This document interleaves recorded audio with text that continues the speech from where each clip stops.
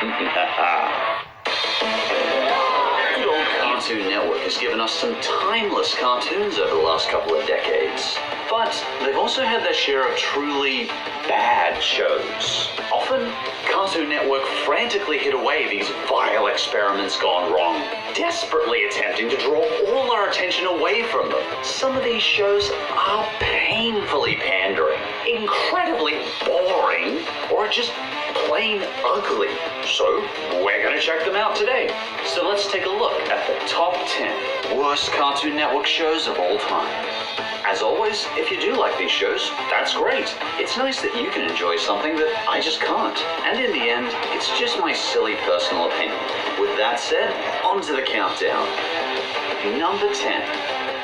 Uncle Grandpa. This cartoon seems to make its way into a lot of worst lists, and I can definitely see why. But I discovered it has a huge cult following, so it must have something that I'm not seeing. The entire show is like seeing Rebecca Sugar's hyperactive psychotic brother on LSD. In case you don't know the stellar plot to this show, what essentially happens in each episode is Uncle Grandpa goes around to children's houses every day to check up on them. He carries a fanny pack that talks to children and lives in his van. Am I the only one finding this concept really creepy? I'm your Uncle Grandpa. He's not just your Uncle Grandpa, he's everyone in the world's Uncle and Grandpa. And when he comes to visit, it's sure to be a time you'll never forget. It doesn't help that he already looks like he just escaped from the loony bin. Uncle Grandpa himself is not a pleasant character to watch. He's intensely aggravating, and I think the only way I could laugh at him was if he was run over by a steamroller.